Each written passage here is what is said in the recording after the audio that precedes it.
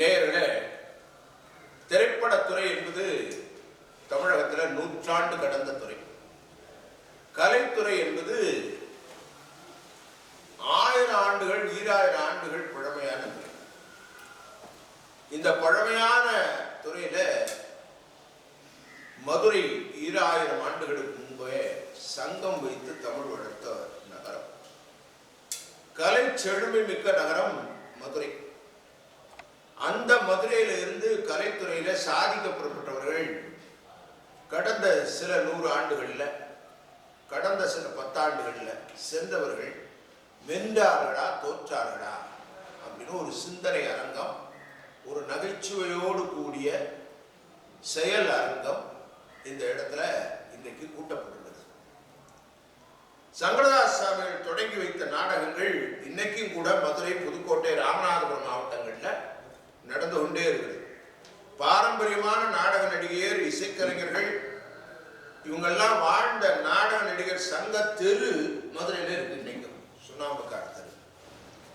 20ஆம் நூற்றாண்டுடைய முற்பகுதியில் சங்கரதாஸ் சுவாமிகளுடைய நாடகம், கரகாட்டம், ராஜாராணி ஆட்டம், குறவன் குரத்தி ஆட்டம், லாவணின்னு ஒரு கலை இருந்துச்சு. எரிஞ்ச வச்சு எரியாத வச்சு இந்த நிகழ்த்து கலைகள் இதெல்லாம் கோயிலை சார்ந்து நடத்தப்பட்டவை. கர்நாடக இசையில அசைக்க முடியாத இடம் பெற்றவர் எம்.எஸ். சுப்புலட்சுமி. அவர் மதுரை சண்முக வடிவு சுப்புலட்சுமி. ஒரு முழு படத்துல ஆண் வேடம் விட்டு நடித்திருக்கிறார் நாரதராக எம்.எஸ். சுப்புலட்சுமி. சரிங்களா? அதே மாதிரி தூத்துக்குடியில பிறந்து புதுச்சேரியில இருந்த நாடக உலகின் தந்தை சங்கரதாஸ் சுவாமி. அவர் நாடகம் நடப்பது மதுரையில தான். இப்ப தமுக மைதானத்துல அவருக்கு சிலை இருக்கு. அந்த சிலை இன்னும் எவ்வளவு நாளைக்கு அங்க இருக்குங்கிறது நமக்கு தெரியாது. பாட்டுக்கு மணி ஐயர், மதுரை சோமு, நாகேஸ்வரத்துக்கு எம்பிஎன் சேதுராமன் பொண்ணுச்சாமி. அந்த தில்லானாமோனாம்பாள் படத்துல அவங்க வாசிச்ச வாசிப்பு இருக்கிறதே, அது பிரம்மாண்டமான வாசிப்பு. தமிழ் சினிமாவுடைய முதல் பேசும் படம் காளிதாஸ் 1931 வெளிவந்துச்சு. அந்த தமிழ் சினிமாவுக்கு பாட்டு எழுதின முதல் பாட்டு எழுதுகிற ஒரு கவிஞராக இருந்தவர் மதுரைக்காரர் மதன்கவி பாஸ்கரதாஸ். மதுரையினுடைய கலை வளர்த்த சமூகங்களுடைய பட்டியல் ரொம்ப நீளமானது. சௌராஷ்டிரா சமூகத்தைச் சேர்ந்த நரசிம்ம பாரதிங்கிறவர் சம்பூர்ண ராமாயணம் அப்படிங்கிற படத்துல லக்ஷ்மணனாக நடிச்சிருக்கார் அந்த காலத்தில். அப்புறம் அவர் பொன்முடி, திகம்பர சாமியார் போன்ற படங்கள்ல கதாநாயகனாக நடிச்சிருக்கிறார். N N Kannappa, T N. சிவதானம். இந்த என்என் கண்ணப்பா வந்து தேவகி படத்துல கலைஞர் கதைவசனம் அந்த படத்துல நடிச்சார். அவருக்கு ஜோடி யாருன்னா பின்னாடி முதலமைச்சரான புரட்சித் தலைவர் எம்ஜிஆர் அவருடைய துணைவியார் வி.என். ஜானகியம்மையார்.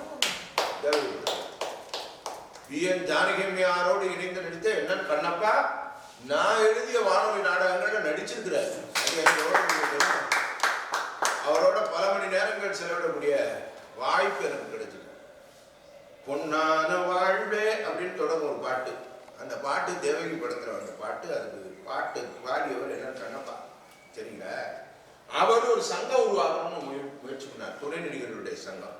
அப்போ எம்ஜிஆர் அவர்கள் தலையிட்டு அதைத்தான் தென்னிந்திய நடிகர் சங்கமாக மாற்றி அமைத்தார் எம்ஜிஆர். அதே மாதிரி சிங்கள திரைப்படங்கள் மதுரையில் உருவாயிருக்கு. எஸ்.எம். நாயகம் அவர் மதுரையில ஸ்ரீமுருகன் நவகலா லிமிடெட் அப்படின்னு ஒரு திரைப்பட நிறுவனத்தை திருநகர் பகுதியில சித்திரகலா மூவிட்டோங்கிற ஸ்டுடியோ வச்சிருந்தார். நடிகை எம்.என். ராஜன் மதுரைக்காரங்க, பறவை முனியம்மா, கனிகா, ராத்திரி சீரியல்ல இப்ப நடிச்சு கிளப்பிட்டு இருக்காங்களே கனிகா, அவங்க, விஜயகாந்த், பாகை சந்திரசேகர், மண்வாசன பாண்டியன், வில்லன் நடிகர் ராம்தாஸ், காமெடி நடிகர்கள் 2 மிகப்பெரிய தூண்கள், ஜாம்பவான்கள் வடிவேலு, விவேக்கு, பரோட்டா சூரி. மதுரைக்கும் காமெடிக்கும் அப்படி ஒரு பெருமைன்னு வச்சுக்கோங்க. ராமராஜன், அவருடைய துணைவியார் நளினி, இவங்கெல்லாம் மதுரை தான். இதெல்லாம் விடுங்க, பட்டிமன்றங்கள்லாம் நடுவர்களா இருந்தவங்க எல்லாம் மதுரைக்காரங்க எல்லாம் இப்ப நடிகர்கள் ஆயிட்டாங்க.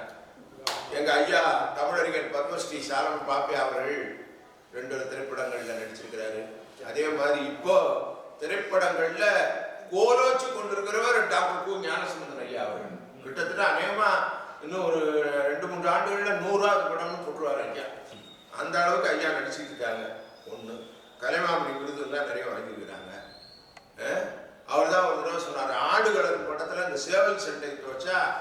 சென்சார்ல பிரச்சனை வந்துருங்கிற மாதிரி ஒரு நெருக்கடி வந்தப்ப ஐயா தலையிட்டு சங்க இலக்கியங்கள்ல இருந்தே சேவல் சண்டைங்கிறது இருக்கு அப்படின்னு ஒரு பெரிய தீசிஸே எழுதி கொடுத்து அந்த படத்தினுடைய மையத்தை உருவாக்கி தந்தவர் ஐயா. அவர் காஞ்சிபுரம்ன்ற ஒரு படத்திலையும் பின்னணியில பணியாற்றியவர் எங்க ஐயா. எங்களோட உட்கார்ந்து தெருவா மேடையில பேசிட்டு இருக்கிற கவிஞர் மூரா தூங்கா நகரம் படத்துல நடிச்சார்ல இல்லையா? அதே மாதிரி நடிகர் பரணி மதுரக்காரர் தான். அதே மாதிரி சசி மதுரக்காரர் தான். இப்படி மதுரக்காரர்கள் எல்லாம் நிறைய பேர் திரை உலகத்துல இருக்கிறாங்க, வாழ்ந்துருக்கிறாங்க. ஆனா அவங்க ஜெயிச்சிருக்காங்களா தோத்துருக்காங்க? ஜெயிக்கிறதுனா என்ன, தோக்குறதுனா என்ன, இதைத்தான் இன்னைக்கு நாம சிந்திக்க தலைப்படுகிறோம். ரைட்டுங்களா? இங்க இருந்து பெரும்படையே கிளம்பி போனாங்க. பாண்டியன் எக்ஸ்பிரஸ்ல ராத்திரி ஏறி படுத்து கனவோட போய் சென்னை நகரத்துல இறங்கி அந்த சென்னை நகரத்தை அவர்கள் வெற்றி கொண்டிருக்கிறார்களா? மதுரை தமிழ் தான் எல்லா திரைப்படங்கள்லையும் புழங்குது. ஆனா அந்த மதுரை தமிழுக்கு சொந்தமான இந்த மதுரமான மதுரைக்காரர்கள் அந்த திரைப்பட உலகத்தை தன்னுடைய கட்டுப்பாட்டில் வைத்து வெற்றி கொண்டிருக்கிறார்களா அப்படிங்கிறதுக்காகத்தான் இந்த ஒரு அருமையான சொல்ல ஆடல் மன்றம். இதுல பேசுறதுக்கு 4 பெரும் பேரறிஞர்கள் வந்து உட்கார்ந்துருக்காங்க. இந்த பக்கம் தோற்றார்கள் அப்படின்னு சொல்றதுக்காக என்னுடைய அன்பு மகள் திருமதி ஞான சண்முகாதேவி. ஆமாங்க, மதுரைக்காரிங்க போய் என்ன ஒன்றும் நினைச்சது ஒன்று நடந்தது ஒன்று அப்படின்னு தானே வாழ்ந்துருக்காங்க அப்படின்னு சொல்றதுக்காக கவிஞர் கவி முரசு ச திருநாவுக்கரசு இல்லைங்க அப்படின்னு சொல்லி மதுரைக்காரர்கள் ஜெயிச்சிருக்கிறாங்க. வெற்றினா என்னன்னு நினைக்கிறீங்க? அவங்க அடைந்தது ஒரு பெரிய வெற்றி தான் அப்படின்னு சொல்றதுக்காக இந்த பக்கத்துல என்னுடைய அருமை நண்பர் வாசி யோகி மா இளங்கோசாமி ஆரம்பிச்சது சங்கரதாஸ் சாமி, முடிக்க போறது இளங்கோசாமி. அந்த பக்கம் அவருக்கு துணையாக உண்மைதான் என்னதான் இருந்தாலும் நீங்க வயசானவங்க எல்லாம் இப்படிதான் சொல்லுவீங்க, தோத்தாம்பீங்க. இளைஞர்கள்ட்ட கேளுங்க, ஜெயிக்கிறதுனா என்னங்கிறது எங்களுக்கு தான் தெரியும்னு சொல்றதுக்காக என்னுடைய அன்பு மகள் ஜெயம் வனமாலிகா சட்டக்கல்லூரி மாணவி ஆக 4 பேரும் வந்து உட்கார்ந்து சபை களைகட்டி நின்றுருக்கு. இதுதான் சரியான தருணம் வாதத்தை தொடங்குவதற்கு. மதுரைக்காரர்கள் திரை உலகில் அல்லது கலை உலகில் தோற்றார்களா வென்றார்களா? தோற்றார்கள் என்கிற அணி தொடங்குகிறது. தொடங்குகிறார் திருமதி ஞான சண்முகாதேவி. பல சின்னஞ்சிறு கதைகள் பேசி மனம் வாடி துன்ப மிக உழன்று பிறர் வாட பல செயல்கள் செய்து நரைமுடி கிளப்பரவம் எய்தி கொடுங்குற்றிற்கு இறையன பின்மாயும் பல வேடிக்கை மனிதரை போலே நான் வீழ்வேன் என நினைத்தாயோ அப்படின்னு சொல்லி நம்ம மதுரைக்காரர்கள் நிறைய துறையில கால் பதிக்கணும்னு நினைச்சிருக்காங்க. அதுல கலைத்துறையில அவங்க கால் பதிச்சப்ப அவங்க வெற்றி அடைந்தார்களா தோல்வி அடைந்தார்களா அப்படின்ற தலைப்பை பற்றி தான் சிந்திப்பதற்காக இங்கே வந்திருக்கிறோம். அனைவருக்கும் முதற்கண் என்னுடைய வணக்கங்கள்.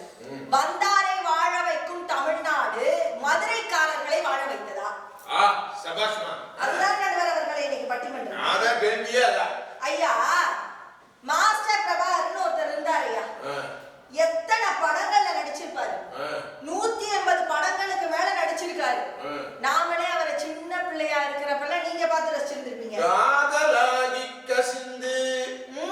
எங்களுக்கு தெரிஞ்சது வேற. கல்லெல்லாம் சிலை செஞ்சா பல்லவ ராஜா, அது கதை சொல்ல வந்தோமே சின்ன ராஜா, பாராஜா பாராஜா பாராஜான்னு வந்தவர். ஆனா கலை உலகம் அவரை வா வானா கூப்பிட்டுச்சு இல்லையே. 150 படங்கள் நடித்தார் நடுவர் அவர்களே. இப்ப சமீபத்துல ஏதோ ஒண்ணு தேடிக்கொண்டு இருக்கும் பொழுது குட்டி பத்மினி அம்மாவோட ஒரு இன்டர்வியூ, அவரோட ஒரு பேட்டி உட்காந்து கேக்குறாங்க, ஏயா இப்பெல்லாம் நீ நடிக்கிறது இல்லை? அவங்களாம் சக நடிகர்கள் இல்லையா? அவங்க கேக்குறாங்க, ஏயா இப்பெல்லாம் நடிக்கிறது இல்ல அப்படின்னு. இல்ல புதுமுகங்கள் வந்தோன்னு நாங்கெல்லாம் புறக்கணிக்கப்பட்டோம் அப்படின்றார். புதுமுகங்கள் உள்ள வர வர மதுரையை சம்பந்தப்பட்ட ஆட்கள் புறக்கணிக்கப்படுகிறார்கள். எங்க வடிவேல் அண்ணன் சொன்ன மாதிரி டெல்லி அங்க இருக்கு, தமிழ்நாடு இங்க இருக்கு. அது அப்படியே தூக்கி கொண்டு போய் அங்க வச்சுட்டோம்னா சரியா போயிடும். ஆமா, கலை உலகம் மொத்தமும் சென்னையில இருக்கு. மதுரையில இருக்கும். இப்ப மதுரையை அப்படியே தூக்கி கொண்டு போய் சென்னைக்கு வச்சாதான் பல நேரங்களில் வாய்ப்புகள் கிடைக்கிறது. உண்மையா இல்லையா நண்பர்களே? அதெல்லாம் யோசிக்கணும்ல. அவர் சொல்றாரு, கேட்டாங்க உனக்கெல்லாம் கதாநாயகனா நடிக்கணும்னு எதுவும் ஆசை இருக்காயா அப்படின்னு. எனக்கு கதாநாயகனாலாம் நடிக்கணும்னு எந்த ஆசையும் கிடையாது. 150 படம் நடிச்சேன். ஆனா ஒரு கேரக்டர் ஆர்டிஸ்டா என்னை நிலைநிறுத்தக்கூடிய கதைகள் எனக்கு இப்ப யாருமே கொடுக்க மாட்டாங்க. நானா தேடி போய் அண்ணே இத்தனை படம் நடிச்சிருக்கேன், ஒரு நல்ல கதாபாத்திரம் கொடுங்கன்னு சொன்னா சரி சரின்னு சொல்றாங்களே தவிர ஒருத்தர் கூட என்னைய கூப்பிட மாட்டாங்கன்னு ஒரு கலைஞன் சொல்கிறான் என்றால் அந்த இடத்தில் மதுரைக்காரர்கள் வென்றிருக்கிறார்கள் பேச முடியுமா? இன்னைக்கு அவருக்கு காப்பாத்திக்கிட்டு இருக்கிறது ஒரு ஜெராக்ஸ் கடை. ஜெராக்ஸ் கடை வைத்திருக்கிறார்கள் அவர்களே. சென்னையில கலர் ஜெராக்ஸ் இன்ட்ரோடியூஸ் பண்ணதே அவங்க தானே. இப்ப அவர் சொல்றவரே சொல்றாரு, ஒருவன் வந்து சினிமா துறையில வெற்றி அடையணும் அப்படின்னா அவனுக்கு முதுகெலும்பாக யாராவது சம்பளம் வாங்கக்கூடியவர்கள் இருந்தால் மட்டும்தான், மாத சம்பளக்காரனாவது ஒருத்தன் பின்னாடி இருந்தா மட்டும்தான் நான் வெற்றி அடைய முடியும்னா என்னால வெற்றி அடைய முடியலையே. அவ்வளவா நாங்க பொருளாதாரத்துல வந்து மேம்பட்டு இருக்கோம். யோசிக்க வேணாமா? டி.எம். சௌந்தரராஜன் ஐயா எவ்வளவு பாடல்கள் பாடியிருக்காரு. பாடகரா வெற்றி அடைய முடிந்த அவரால் ஒரு திரைப்படத்தை எடுத்து வெற்றி அடைய முடிந்ததா? அதான பார்த்தேன். என்ன நடுவர் அவர்களே, அவர் நடிகராகவே வெற்றி பெற முடியல. அருணகிரிநாதர்னு ஒரு படம் வந்துச்சு, அவரை அந்த படம் நல்லா ஓடிச்சு. அப்புறம் அவர் சொந்த காசை போட்டு பட்டினத்தார் ஒண்ணு பண்ணாங்க. ஏஆர் ராகவனோட சேர்ந்து சும்மா இருக்கிறவரை கூப்பிட்டானே, நீங்களும் கொஞ்சம் காசு கொடுக்கணே ஒரு படத்தை எடுத்தாங்க. ஒன்னும் வேலைக்கு ஆகலையே. ஒன்னும் வேலைக்கு ஆகல. ஏன் அருணகிரிநாதரை வேற யாரையும் வச்சு எடுத்துக்க முடியாதா? முத்தை திருவத்தை திருநகை அந்த பாட்டை வேற யாருனாலையாவது அவ்வளவு சுத்த தமிழ்ல ரொம்ப அழகா பாடி இருக்க முடியுமா நடுவர் அவர்களே? ஆனா அவருடைய தமிழ் அங்க போற்றப்பட்டதா? இல்லையே. அங்க பாடகரா வெற்றி அடைந்தவர் கலை உலகத்தில் முழுமையாக வெற்றி அடைந்தாரா? இல்லையே. இருக்க காசை பூரா தொலைச்சிட்டாரே. ஆமா. கலை உலகம் தொலைக்க வச்சதே. ஆமா. ஐயா ஜஸ்டின் பிரபாகரன். இப்ப இருக்கிற இளைஞர்களுக்கு எல்லாருக்கும் தெரியும் மதுரைக்காரரு எவ்வளவு அழகான பாடல்களை எல்லாம் இசையமைப்பாளர். நீங்களே உங்களுக்கே தெரியுமா, எனக்கெல்லாம் வந்து அவர் பாடின அவருடைய இசையமைப்புல வந்த ஒரு பாட்டு தான் என்னுடைய கணவருக்காக நான் ரிங்டோனே வச்சிருக்கேன். ஆமா, உனக்காக பிறந்தேனே எனதழகா பிரியாம இருப்போமே பகலிரவா. மதுரைக்காரர் நடுவர் அவர்களே. ஆனா அவர் சொல்லும் பொழுது சொல்றாரு, என்னை கூப்பிடுறாங்க ஆனா பெரிய பெரிய நடிகர்களை கமிட்டான படங்கள்ல என்ன கூப்பிட மாட்டாங்கன்றார். இன்னொரு ஆச்சரியமான விஷயம் என்னன்னா, அவர்னால தமிழ் திரை உலகத்துலதான் வேரூன்றி ஒரு இடத்தை பிடிக்க முடியல. பிற மொழிகள்ல அவர் அத்தனை படங்கள் பண்ணி அவ்வளவு பெரிய சக்சஸ்ஃபுல் மியூசிக் டைரக்டரா இருக்காரு. ஏன் தமிழ் துறையை நிராகரிக்கிறது? யோசிக்க வேணாமா? ஐயா கவிஞர் வாலி அவர்கள் எவ்வளவு பெரிய ஆளு. அவரோட வேலை பார்க்கணும் அப்படின்றது இந்த காலகட்டத்தில் இருக்கக்கூடிய இளைஞர்களுக்கு ஒரு பெரிய கனவு. அப்படிப்பட்ட வாலி அவர்களோடு வேலை பார்த்தவர் ஜஸ்டின் பிரபாகரன். ஆனா அவருக்கு வாய்ப்பு கொடுத்தோமா? இல்ல போச்சுல. கொடுக்க மாட்டோங்க. ஒண்ணும் இல்ல நண்பர் அவர்களே, நீங்க ஆரம்பிக்கும் பொழுதே சொன்னீங்க திரை உலகத்தை வந்து ஆளக்கூடியது நம்முடைய மதுரை மொழி. ஆமா. அந்த மதுரை ஸ்லாங்க விருமாண்டி படத்துல நடிக்கிற ஹீரோயினுக்கு சொல்லி கொடுக்கணும்னு போனவங்க தான் சுஜாதா. நம்ம மதுரைக்கார பொண்ணு. பார்த்த உடனே நீ நடிக்கவே வரலாமேமான்னு நடிக்கவே கூப்பிட்டுட்டாங்க. அதுக்கப்புறம் தான் தனக்குள்ள ஒரு நடிகை இருக்கு அப்படின்றதே அந்த அம்மா வெளிக்கொண்டு வந்தாங்க. எவ்வளவு அழகா பேசுவாங்க தெரியுமா? நம்ம மதுரை மாணவர் பண்பலையில ஒரு நேர்முகமே கொடுத்துருக்காங்க. யோசனை மஞ்சி வாட்டுதான் அப்படின்னு அவங்க சொல்ற அந்த வசனத்தை கேட்கிறப்பவே அந்த மதுரை தமிழ் அப்படியே கொஞ்சம் மொழி அவங்க பேசும் பொழுது அப்படியே வந்து காதுகளில் தேனாக இனிக்கும். அவங்க சொல்றாங்க, ஒரே ஒரு தடவையாவது ஒரு முழு நீள காமெடி படம் எனக்கு கொடுத்துட மாட்டாங்களான்னு வாய்ப்புக்காக ஏங்குறாங்க நடுவர் அவர்களே. பெரிய திரையில சாதிக்க வேண்டியவங்க இப்ப சின்ன திரையில போய் மகாநதின்னு ஒரு சீரியல்ல அம்மாவா நடிச்சிட்டு இருக்காங்க. அதுவும் எத்தனை நாளும் தெரியாது. ஐயா இப்படித்தான் பல நேரங்களில் பல இடங்களில் மதுரைக்காரர்களுக்கு நடந்து கொண்டிருக்கிறது. அதெல்லாம் யோசிக்கணும்னா, அதெல்லாம் யோசிக்காம விட்டுட்டு மதுரைக்காரர்கள் வென்றார்கள் வென்றார்கள்னா எப்படி வெல்வாங்க? வென்றார்கள் பேசுறது ரெண்டு பேர் வேற உட்கார்ந்து. ஆமா, என்னத்த பேச போறாங்க? என்னத்த சட்டம் பேச போறாங்க? ஆமா, சம்சத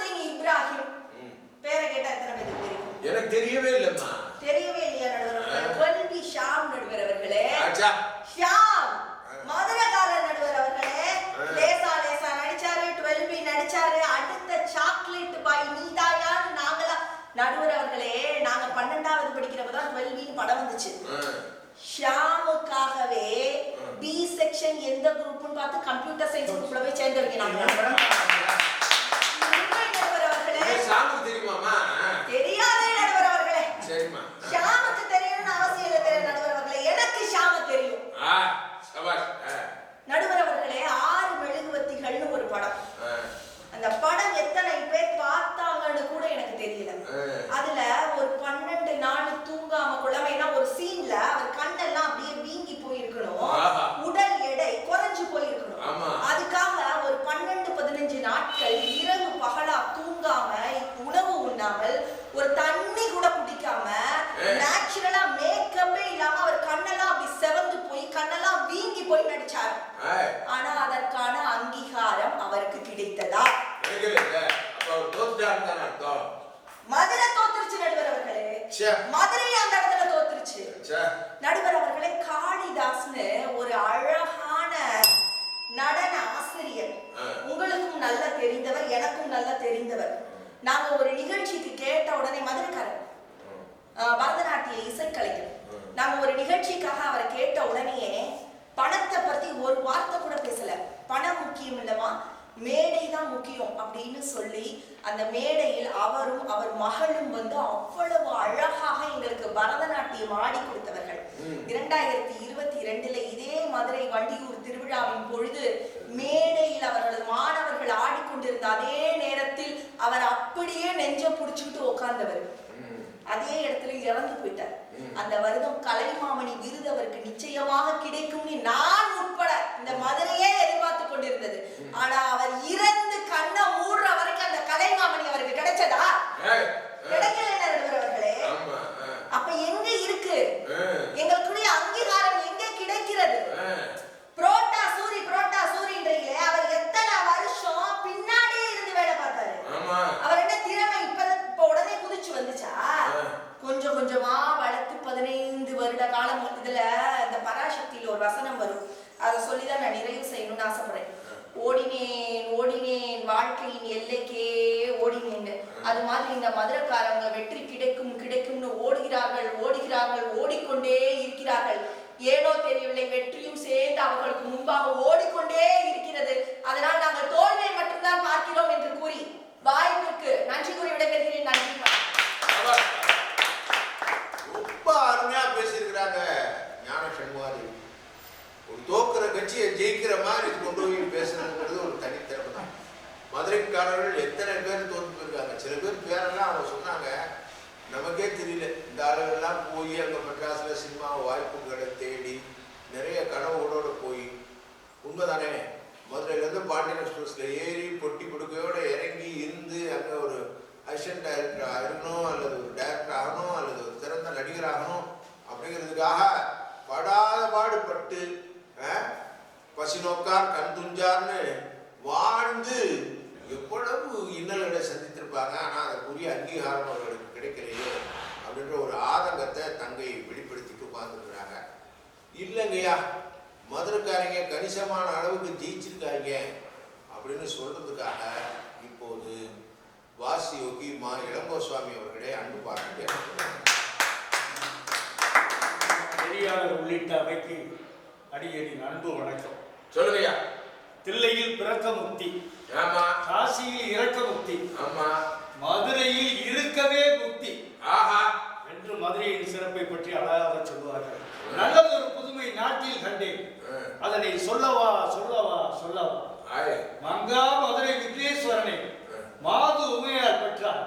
குதிரை விற்க வந்தவனை கொண்டு என்று ஏகடியமாகவும், ஆளாள சுந்தரருக்கு யாரால் வந்தது யோகம், மதுரை அம்பிகை மீனாட்சியால் வந்தது யோகம் என்ற ஆரவாரத்தோடும், ஆசுகவி காளமேக புலவரால் புகழப்பெற்ற நான்மாடக்கூடல் நகரிலே நல்லதொரு முதல் சங்கம், இடைச்சங்கம், கடைச்சங்கம் என்று முச்சங்கம் கண்டு முச்சங்கம் கண்டு மூலி கழித்த மூதூர் மதுரையிலே.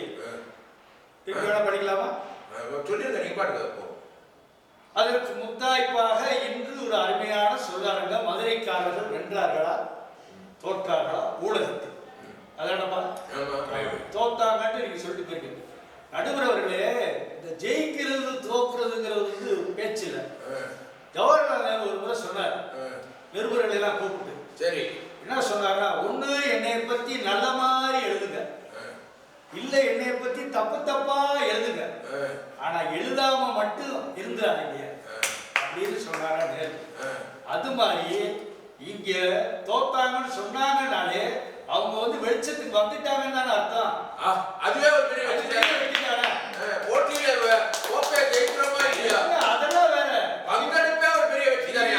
முயற்சி திருவினை ஆக்கும், முயற்சியே வெற்றி என்பது என்னுடைய தாழ்மையான கருத்து. சபாஷ் சபாஷ், அவ்வளவுதான் உங்களுக்கு திரும்ப. நீ வந்து நின்றால வெற்றி தானடா. எத்தனை பேர் உடனே நின்று பேசிட்டு இருக்காங்க, நின்று பார்வையாளர் பாத்துட்டு இருப்பான். கிரவுண்ட வெளியில நின்று பாக்குறவன் வேற, கிரவுண்டுக்குள்ள போய் இறங்கிய வெற்றியா தோல்வியா என்பதெல்லாம் கருத்து கிடையாது. ஆமா, இப்ப மதுரை நடுவர் அவர்களே, அறிஞர் அண்ணாட்ட ஒரு தடவை கேட்டாங்க. என்ன கேட்டாங்கன்னா, இந்த சென்னை ரசிகர்களுக்கும் மதுரை ரசிகர்களுக்கும் என்ன வித்தியாசம் அப்படின்னு அண்ணாட்ட கேட்டாங்க. அண்ணா அருமையா சொன்னார். ஏன்னா அவர் கலை உலகத்தினுடைய பெரிய அவர் அதுல தான் வந்தவர். அவர் சொன்னாரா, சென்னை ரசிகர்கள் திரைப்படத்தை கண்களால் பார்ப்பார்கள், மதுரை ரசிகர்கள் மட்டும்தான் இதயத்தால் பார்ப்பார்கள். மதுரை வந்து சொல்ல மதுரைக்காரங்க மதுரை தான் சினிமா நிறுவனத்தையே நிர்ணயிச்சது. நான் வச்சுக்கிறேன், மதுரை, ராமநாதபுரம், திருநெல்வேலி. ஒரு படத்தை எடுத்து முடிச்சோம்னா மதுரைக்கு எத்தனை பெட்டி, ராமநாதபுரத்துக்கு எத்தனை பெட்டி, திருநெல்வேலிக்கு எத்தனை பெட்டி, மதுரையில் ஒரு 30 பெட்டினா அந்த திரைப்பட வெற்றியோ தோல்வியோ, வெற்றி தோல்வி என்று பணத்தை மட்டும் வைத்து நிர்ணயிப்பது அல்ல, அது பங்கேற்ற ஒவ்வொரு நட்சத்திரமே வெற்றியாளர் தான். ஐயா அருமையான லீடு கொடுத்தீங்க. தொடர்ச்சியா எம்எஸ்ல இருந்து ஆரம்பிச்சாங்க பாத்தீங்களா. எம்எஸ் இன்னைக்கு வரைக்கும் நீங்க மறக்க முடியாதுல்ல. சரி, இறந்து போயிட்டாங்கப்பா. ஆமா, குறை ஒன்றும் இல்லை மறைமூர்த்தி கண்ணா, குறை ஒன்றும் இல்லை கண்ணா, குறை ஒன்றும் இல்லை கோவிந்தா. இன்னைக்கு வரைக்கும் அதுக்காக பாப்பா மாதிரி பிள்ளைகளாம் படிச்சுட்டு சூப்பர் திங்கர்ல பரிசு வாங்கிட்டு இருக்காங்க. அப்ப வந்து அவங்க சினிமாவில் வந்து மதுரைக்காரங்க வென்றவர்கள் இல்ல, இந்த தமிழகத்து மக்கள் மத்தியில் மட்டுமல்ல, தமிழக உள்ளத்துல நின்றவர்கள் கிடையாது. ஐக்கிய நாடுகள் அந்த அம்மா அப்படி பேசுறீங்க போட்டு நிக்குது, எல்லாரும் நேரு எல்லாமே வெங்கி போயிருக்காங்க. அது அப்ப நடந்த அது வென்றவர்கள் இல்ல, இன்னைக்கு வரைக்கும் நிக்கிறாங்க. எந்த பாட்டு எடுத்துட்டாங்க சரி, எந்த இதை எடுத்துட்டாங்க சரி. அப்புறம் இன்னொரு செய்தி உங்களுக்கு கவுண்ட் கொடுக்குறதுக்கு எனக்கு வந்துகிட்டு இருக்கு. செய்தியை சொல்றதை விட ஆச்சரியமான ஒரு விஷயம் என்னன்னா, இந்த மதுரை ராமநாதபுரம் திருநெல்வேலியில 1910 இந்த மதுரை சிம்மக்கல் ஏரியால சச்சிதானந்த பிள்ளைன்னு ஒருத்தர் இருந்தார், ஒரு ஐயா. அந்த ஐயா தான் மதுரை ஒரிஜினல் பாய்ஸ் கம்பெனி அப்படிங்கிறத ஆரம்பிச்சு அதுல யாராவது நீங்க படிச்சிருக்காங்க, நம்ம புரட்சி எம்ஜி ராமச்சந்திரன், அவர் ஐயா சொன்ன சிவதானு, கேபி கேசவன், எம்ஜிஆருக்கு முன்னாடி அழகான நடிகர், இவங்க எல்லாம் வந்து பயிற்சி பெற்ற இடம் சிம்மக்கல். நான் பிறந்த பகுதி மண்ணின் மைந்தனா இருந்து சொல்லிக்கிறதுக்கு ஆசைப்படுறேன், ரொம்ப பிரியப்படுறேன். பெரிய செய்தி, மதுரை ஒரிஜினல் பாய்ஸ் நாடகம்.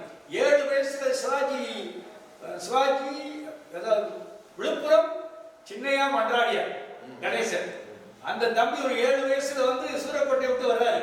வந்தவர் மதுரைக்கு தான் வந்திருக்காரு.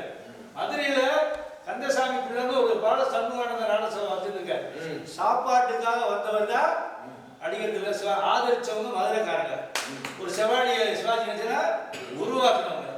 இன்னும் எத்தனை காலம் சரி சிவாஜியை மறுதளிக்க ஆளே கிடையாது. அதனால வந்து இப்படியெல்லாம் ஒரு காலம் இருந்தது. அப்புறம் டி சவுந்தரராஜனை பத்தி பேசினீங்க, அவரை பத்தி சிவாஜி கணேசன் ஒரு செய்தி சொல்லியிருக்காரு. அவர் போய் நான் நடிக்கிறேன் இருக்காரு. அப்ப சிவாஜி செருப்பால் அடிச்ச மாதிரி கேட்டாரா. ஏன்னா அவர் சிவாஜி யாருமே புதுசாக பேர் சொல்லி பேசிடுவார், ஏகவசனத்தில் பேசிடுவார். டேய் டிஎம்எஸ் இங்க வர்ற, நான் பாடினா நல்லா இருக்க மாட்டாங்க அப்படின்னா என்ன அர்த்தம்? நான் பாடினா நல்லா இருக்காது, நீ நடிச்சா நல்லா இருக்காது. நான் நடிக்க வந்திருக்கேன், நீ படிக்க வந்திருக்க, அதை மட்டும் செய்யல. அப்புறம் தான் அந்த அது வந்து ஒரு தோல்வி இல்லப்பா, அது ஒரு முயற்சியினுடைய பின்னடை. சூப்பர். நானே என்னால முடியும், என்னாலே ஞான சம்பந்தம் மாதிரி புள்ளிய வரவனா சொல்ல முடியும்னு நினைக்கிறது அது நான் பின்னடை, அது ஒரு பின்னடை தான். அவரை மாதிரி நான் செய்ய முடியாது, ஆனால் அவர் மாதிரியும் என்னால் பேசக்கூடிய முயற்சி பண்றத பத்தியா. அப்ப மதுரை கரைக்கு வென்றவர்கள் தானே. அச்சா தொழுவா, அதெல்லாம் ஐயா நீங்க சொன்னீங்க. ஆமா, தொழுவா மீனாட்சி ஐயங்கார் சௌந்தரராஜன் யாரு அது வரைக்கும்பா பாடகர் சினிமா பாடகர் எல்லா குரல்லையும் வந்து சும்மாட வரல, எல்லா பின்னணி பாடலுடைய குரலும் பார்த்தீங்கன்னா ஒரு மேல் வாய்ஸ் இருக்காது. Feminine voice, masculine voice. Masculine வாய்ஸ்னா ஆண் குரல், ஃபெமினைன் வாய்ஸ்னா பெண் குரல். ஒரு எம்கேடி பாகவதர்ல இருந்து சீர்காழி வரைக்கும் அவங்க குரல்ல வந்து ஒரு மென்மையான பெண்மை இருந்துகிட்டே இருக்கும். அதெல்லாம் நான் சொல்லி ரொம்ப நேரம் ஆக்க விரும்பல. ஒரு ஃபெமினைன் வாய்ஸ் இருக்கும். ஆனா சுத்தமான ஆண் குரல்ல ஒரு ஆள் வந்தான், எங்க மதுரைக்காரன் தான் வந்தான். இந்த தமிழ் மக்களுக்கு, இந்த உலகத்தில் உள்ள தமிழ் மக்களுக்கு லா ல ல இதை சிறப்பா சொல்லி கொடுத்தவங்க மதுரைக்காரன். எந்த பேராட்சி நான் டிஎம்எஸ் பாட்டை கேட்டுட்டா ல ல லன்னா என்னன்னு தெரிஞ்சுக்கிட்டேன். இப்ப சின்ன வயசுல பாப்பா மாதிரி இருக்கும்போதே இப்படி எல்லாம் இருக்குமா, கூட்டும் இசையும் கூத்தின் முறையும் காட்டும் என்னிடம் கதை சொல்ல வந்தாயோ.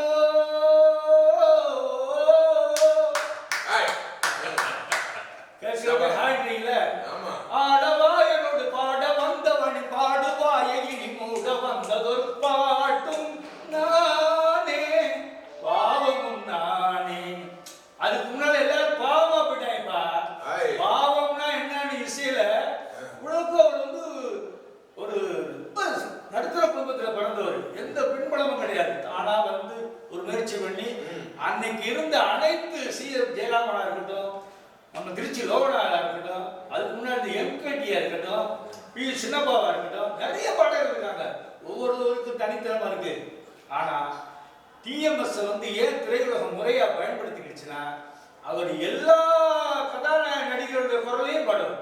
25 ஆண்டுகள் கொடிகட்டி பிறந்தாங்க. நெருங்க முடியல. அடிமை பண்ண ஒரு படம் எடுக்கிறாரு பெருசு, திரைப்பட தயாரிப்பு, ஒரே ஒரு ஷாட் அந்த தாயை பத்தி பாடணும். டிஎம்எஸ் கூப்பிடுங்கட்டார், ஆலங்குடி சோமன் நீங்க எழுதுங்கட்டார். ஆலங்குடி சோமன் பக்கத்துல எழுதிட்டாங்க, கம்போஸ் பண்ணியாச்சு. இவர் என்ன, என் பொண்ணு கல்யாணம் வர முடியாது, என் பொண்ணு கல்யாணம் வர முடியாது. சரி எவ்வளவு நாள் ஆகும்? இல்லை ஒரு 5 நிமிஷம் வந்துட்டு போகல, சாரி. அப்படி ஒரு அருமையான என் பொண்ணு கல்யாணம், அதை விட எனக்கு பெரிய வேலையில நான் மாறி மாட்டேன் சொல்ல. 45 நாள் எம்ஜிஆர் வெயிட் பண்ணாங்க. திரைப்படத்துறைக்கு வந்து அது வந்து பெரிய லாஸ், ப்ரொடக்ஷன் செலவு ஜாஸ்தி. ஆனா 45 நாள் முடிஞ்சு டிஎம்எஸ் வந்தாங்க. அண்ணா மாமா ரெடியா ஆகிட்டீங்களா? யார கேள்வி வராத. மாமா ரெடியா போலாமா? நம்ம செந்தில் கேட்குற மாதிரி தான் கேட்டார். ரெடியா போலாமா? போலாம் அப்படின்னா போட்டாங்க, கொடுத்தாங்க. கொடுத்தோம்னா அவ்வளோதானா, அவ்வளோதான். வந்தவொடனே இப்படிதான் பாரு. ஜீவநதியாய் வருவார் என் தாகம் தீர்த்து மகிழ்வார், ஜீவநதியாய் வருவார் என் தாகம் தீர்த்து மகிழ்வார், தவறினை பொறுப்பார் தர்மத்தை வளர்ப்பார் தரணியிலே வளம் சேர்த்திடுவார், தாயில்லாமல் நான் இல்லை. பாட்டு பிடிச்சு ராமச்சந்திரன் வரவேற்று வந்தாராம். அப்ப எம்ஜிஆர் சொன்ன வார்த்தை மதுரைக்காரன், மதுரைக்காரன் அது அப்படித்தாண்டா இருப்பாங்க.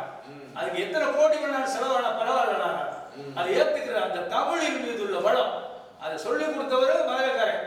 இப்ப நீங்களே கைத்தட்டுறீங்களே, அப்ப டிஎம்எஸ் மனநிலையில எப்படி இருந்துருங்க? அவங்க நீங்க ஜெயிச்ச ஒரே ஒருத்தரை மட்டும் உதாரணமா ஐயா, நீங்களே லீடு கொடுத்துட்டீங்க. முதல்ல நான் பேச வேண்டியதா நீங்க லீடு சொல்லிட்டீங்க. ஆமா, புரோட்டா சூரிய பத்தி எல்லாம் பேசுறீங்க. வடிவேலு கேப்பா வச்சுட்டாங்கடா குழந்தைய போய் கூட வச்சுக்கல. வடிவேலு சாதாரண செருப்படி கொடுத்தான். கேப்பா நீ ஒரு புண்ணியம் பண்ணவே ஒரு டீ கூட கிடைக்காது. நம்ம ஏதோ புண்ணியம் பண்ணனால ஏதோ தண்ணி நின்று ஒரு நல்ல வசதி பண்ணி நம்மளை பேச விட்டுருக்காங்க. இதுக்கே உங்களுடைய குலம் தவசு இருக்க வேண்டும். அதனால வென்றார்கள் தோற்றார்கள் அப்படிங்கறத வந்து நீங்க எப்படி எடுத்துக்கணும்னா, மக்கள் மனசுல இவ்வளவு காலம் பேசப்படுற அளவுக்கு இருக்கிறாங்க, விமர்சனம் செய்யப்படுற அளவுக்கு இருக்காங்க. அவர் இப்படி பண்ணிட்டாரு, அவர் இப்படி பண்ணியிருந்தா நல்லா இருக்கும் வருத்தப்பட்டு பேசுறேனாலே அந்த திரை நட்சத்திரம் வெற்றி பெற வேண்டும் என்ற ஆசை உங்களுக்கு இருக்கிறதா? அதுலயே மதுரைக்காரங்க வெற்றி பெற்றாங்க ஆச்சுங்களா. அதோட பெரிய விஷயம் என்னன்னா, மதுரைக்காரங்க எப்பவுமே மதுரைக்காரங்களை வச்சுதான், அது மதுரை பகுதியை மட்டும் வச்சுதான் தமிழகத்தினுடைய அரசியலே நிர்ணயிக்கப்படுது. தமிழகத்துக்கு அரசியல் மட்டும் இல்ல, இந்தியாவுடைய அரசியல் மட்டும் அதுவே மதுரையில இருந்தா ஆரம்பிப்பாங்கன்றத பணிவா சொல்லுகிறேன். டைரக்டராகவே இருந்தாரு, அவரு வெற்றி பெறல, பருத்தியூர் கூட இருந்தாரு, ஆனா தென்னாவட்டா இருக்காரு தெரியுமா? போடா அங்க தோப்பளத்தில் இன்னைக்கு கால சரியில்லாம இருக்கு, பூரா கார்பரேட் கோட்டி கணக்க போயிடுச்சு. அதுல இந்த சுனாமியில சிக்கி தோச்சோம்னா சுனாமியா இருந்தாலும் நாங்க அதை ஸ்விம் பண்ணுவோம்டா அப்படின்னு மதுரைக்காரங்க சொல்றது. தங்கலி முருகன் ஒரு ஐயா இருந்தாரு, சேரன் இல்ல சேரன் ஒரு வரி போதாத, ஞாபகம் வருதே ஞாபகம் வருதே ஞாபகம் வருதே பொக்கிஷமாக நெஞ்சில் புதைந்த நினைவுகள் எல்லாம் ஞாபகம் வருதே, ஏதோ ஒன்றை தொலைத்தது போல ஏதோ மீண்டும் பிறந்தது போல தாயே என்னை அணைத்தது போல கண்களின் ஓரம் கண்ணீர் வருதே.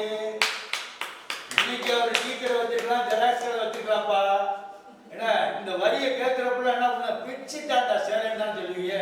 பெரிய பெரிய டைரக்டர்ல வியக்கிற பாப்பா, ஊடகத்தில் மதுரைக்காரர்கள் வென்றார்களா தோற்றார்களா என்பது தலைப்பு. ஆனால் நீ ஒரு மார்க் ஒரு அறிஞர் சொன்னா, நம்மை அடக்கம் செய்கிற தகனம் செய்கிற அந்த வெற்றியான் கூட வருத்தப்படுகிற அளவுக்கு நம்முடைய வாழ்க்கை சிறந்ததாக வேண்டும் அப்படின்னு ஒரு அறிஞர் சொன்னான். அது மாதிரி நம்ம இறந்த பிறகு நம்ம இரத்த கலப்பில்லாத ஒரு உறவு, இரத்த கலப்பில்லாத ஒரு மனிதன், நம்முடைய இரத்த உறவே இல்லாத ஒரு மனிதன், சம்பந்தன் போன்றவர்கள் உன் போன்றவர்கள், அப்பா இப்படி இருந்தார் அருமையா பாண்டான்னு ஒரு சொல்லிட்டு கண்ணீர் விடுவோம் பத்தியா, அதுதான் அவன் மனித குலத்தில் ஒரு மாண்பாக இருந்து வெற்றி அடைந்தது சமம் என்பது. மதுரைக்காரர்கள் ஊடகத்தை மட்டும் வெல்லவில்லை, ஒட்டுமொத்த பிரபஞ்சத்தின் மனித உள்ளங்களிலும் ஊடுருவிகள் ஊடகத்தின் வழியாக மட்டுமல்ல மக்கள் உள்ளத்திலே ஊடுருவி நிற்பவர்கள் மதுரைக்காரர்கள் என்பதை பணிவாக சொல்லி வாய்ப்புக்கு நன்றி பாராட்டி உங்களை பிரிய மனமில்லாமல் விடைபெறுகிறேன். நன்றி, வணக்கம். அருமையா பேசியிருக்கிறாரு.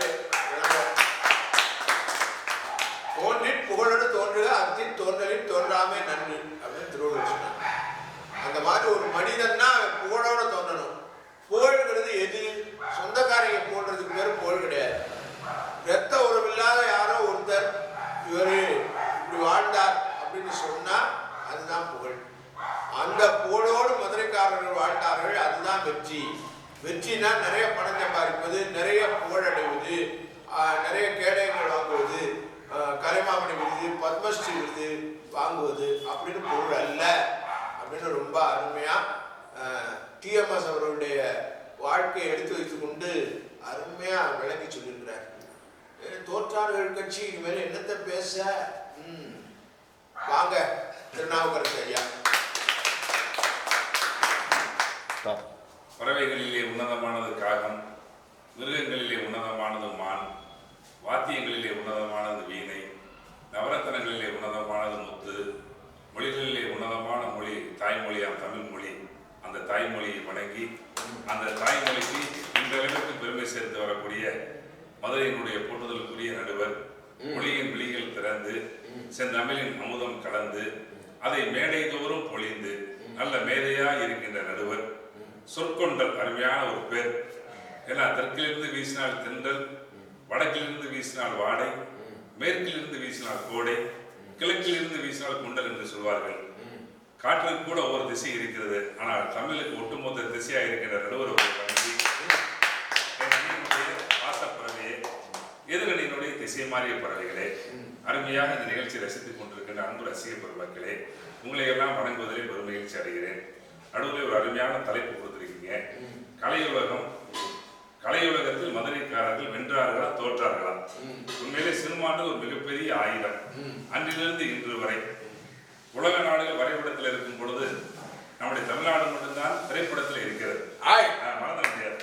ஏன்னா சினிமா வந்து யாரும் பிரிக்க முடியாது. நடுவில் ஒரு கல்யாணம் முடிச்ச புது மாப்பிள்ள புது பொண்ணா கூட என்ன சொல்றாங்க, ஒண்ணு கோயிலுக்கு போடுவாங்க, ரெண்டாவது சினிமா போடுவாங்க. போனா தான் அவங்களுடைய உறவுகள் நெருக்கமாக சொல்லுவாங்க. அந்த வகையில வந்து இன்னைக்கு ஒரு நல்ல தலைப்பை கொடுத்துருக்கீங்க. அது குறிப்பா மதுரை, தூங்கா நகரம் மதுரை. மதுரையில ஒரு ஆட்டம் கூட அழகா எழுதி போட்டிருப்பாங்க. உயரம் என்றால் எவரெஸ்ட், உயர வேண்டும் என்றால் நோ ரெஸ்ட் போட்டிருப்பாங்க. அப்படி வித்தியாசமா இருக்கிற ஒரு மதுரை தான். நேற்று பெரியார் பஸ் ஸ்டாண்ட்ல ஒரு போர்டு பார்த்தேன். காது குத்து வச்சிருக்காங்க. கத்தி குத்து, வெட்டு குத்து, என் மாப்பிள்ளை வீட்டுல காது குத்து. அப்படி இருக்கிற இந்த மதுரை மண்ணில் வந்து எல்லா வகையிலும் மதுரை சிறப்பு. ஐயா இளங்கோசாமி பேசுறப்ப சொன்னார், பெரிய பெரியாரெல்லாம் வெற்றி பெற்றாங்க. ஐயா மதுரை எல்லா வகையிலும் சிறப்புங்கய்யா. மதுரை தான் கரகாட்டக்காரன் படம் எடுத்தாங்க. அது ஒரு பிளாக் பஸ்டர் படம். 365 நாள் ஓடுச்சு. ஏபியூ ப்ரொடக்ஷன் கோடி கோடி அள்ளி கொடுத்துச்சு. கன்னியாகுமரி இயக்குனர். அது மதுரையில் எடுத்த படம் வெற்றி பெற்றுச்சு. அதே மாதிரி பருத்தி வீரன் அமீரை சொன்னார். அந்த அமீர் மதுரை தான் பருத்தி வீரன் படம் எடுத்தார். ஓரோரம் புளிய மரம் உளிப்பி விட்டா சலசலக்கும் ஆம்பரந்தே மதுரையில ஆளுக்கால் நாட்டாமையா. இப்ப ரெண்டு நாட்டாம படிக்கிட்டு இருக்கு. ரெண்டு நாட்டாம படிக்கிட்டு இருக்கு. புளிய மரத்துல தான் நம்ம போறோம். மதுரையில என்ன பண்ணாலும் சிறப்பு நான் இல்லைன்னு சொல்லலைங்கய்யா. மதுரைக்காரர்கள் கலையுள்ள வென்றார்கள். சாமி வந்து சொன்னார், ரெண்டாலே பெருமைதாங்கன்றார். ஐயா நான் ஒண்ணு சொல்றேன், பங்கேற்கிறது பெருசு இல்லைங்கய்யா, பரிசு வாங்குறதாங்க பெருசு இல்லையா? நான் போய் கலந்துக்கிட்டேன் அதான் பெருசு. அது பெருசு கிடையாது. நானும் ஒரு பள்ளிக்கூடத்துல ஒரு நாடகம் நடிச்சேன். சொல்லுங்க. சேவகனா ஒரு ஓரத்துல என் கையில ஒரு கப்பை கொடுத்து நிக்க வச்சுட்டாங்க. சரி, நானும் நடிச்சேன் பள்ளிக்கூடத்துல இருந்து சொல்ல முடியுமா? யோசிச்சு பாருங்க. ஆமா, எங்க சாமியில நான் நடிச்சிருக்காரு. தீவிரவாதியா நடிச்சிருப்பாரு. கடைசி வரைக்கும் தலைமறையா வந்திருப்பாரு. இவர் வந்து சொல்லிக்கிட்டு இருக்க வேண்டியா? ஐயா எல்லாத்திலும் சிறப்பு. மதுரை ஒன்றும் குறை சொல்ல முடியாதுங்க. இருந்தாலும் மதுரைக்காரர்கள் வென்றார்களா என்பதுதான் கேள்வியா. வந்து அவர் அழகா சொன்னாரு.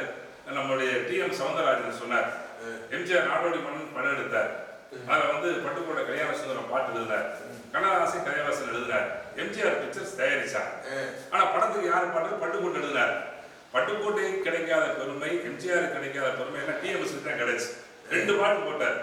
வறுமை நிலைக்கு பயந்து விடாதே, திறமை இருக்கு மறந்து விடாதே, திருடாதே பாப்பா திருடாதே. ஒரு TMS வாய்ஸ் 1959 ஒழிச்சிச்சு. சொல்லல. அடுத்த ஒரு பாட்டு போட்டார்.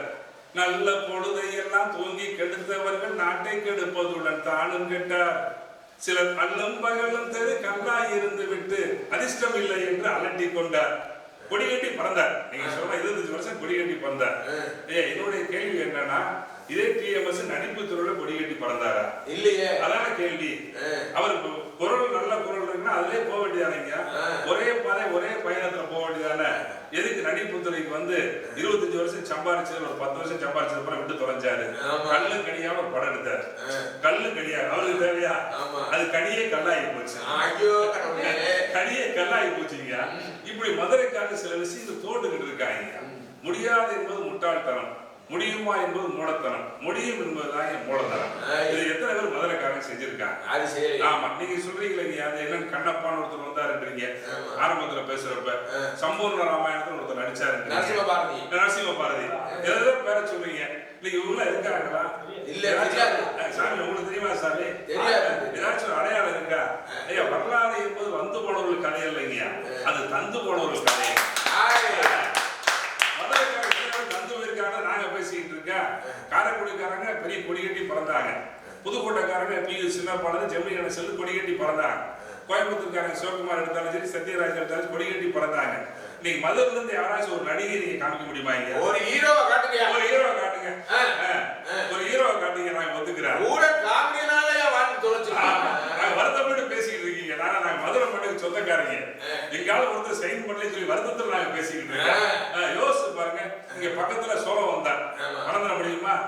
தென்திரை ராதாகிருஷ்ணன் மகாலிங்கம், TR மகாலிங்கம். அவர் மாதிரி ஒருத்தர் பாட்டு பார்க்க முடியுமா?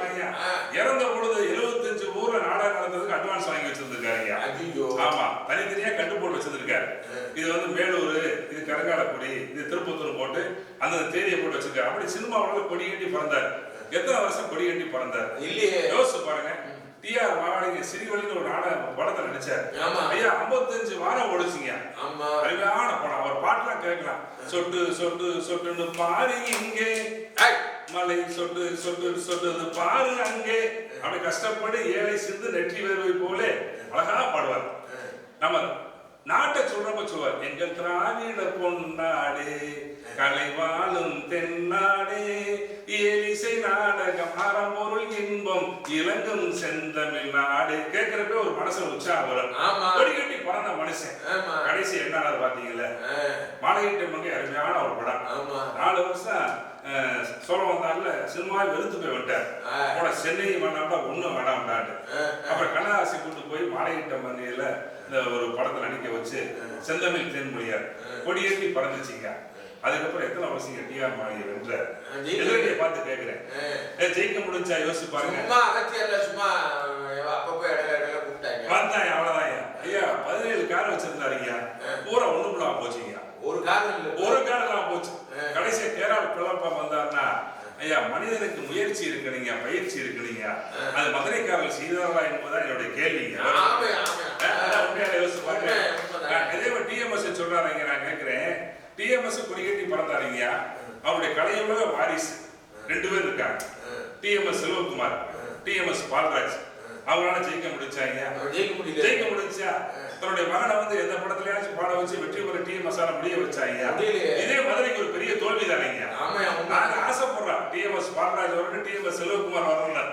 ஆனா 2 பேரும் வர முடியல பாருங்க. 6 மனமே 6 அந்த ஆண்டவன் கட்டளை யாரு. கேட்க இவ்வளவு அழகா இருக்கு. உண்மையை சொல்லி நன்மையை செய்தால் உலகம் உன்னிடம் மயங்கும்.